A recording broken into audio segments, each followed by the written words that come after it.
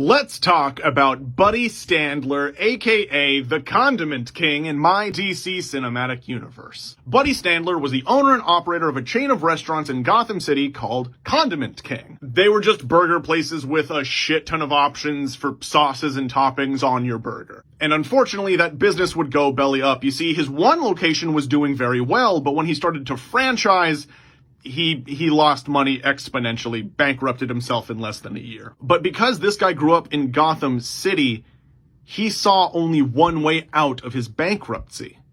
He had to rob a bank. And so he constructed a suit that looked rather supervillainous and filled his tanks with ketchup and mustard, but made it look like they were filled with some sort of acid or something. He was giving off the impression that he was actually a big, serious threat, when in fact he was robbing a bank with a ketchup squirt gun and a mustard squirt gun. And he actually got away with it. He got away. He stole like $10 million from a bank in downtown Gotham. But after he got back to his apartment, he didn't know what to do with the $10 million.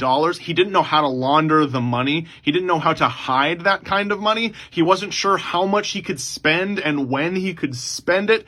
The reality of the situation hit him. And then basically after a week of having a panic attack in his apartment, he turned himself into the police and returned all the money. And all of this you would see in one of my pre-movie short films. It would be maybe about 10 minutes, and it would be the full story of, having the restaurant, choosing to franchise, it going belly under, him deciding to rob a bank, him developing this persona, him successfully robbing the bank, and then a montage of him freaking out, not knowing what to do with the money. And once he turns himself in and is arrested, the camera would pan up and we would see Nightwing and Batman staring down at him from the rooftops. And Nightwing would say, "How did you know he was going to turn himself in?" And Batman would just say, "Please.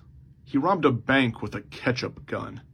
And then Batman and Nightwing would grapple away.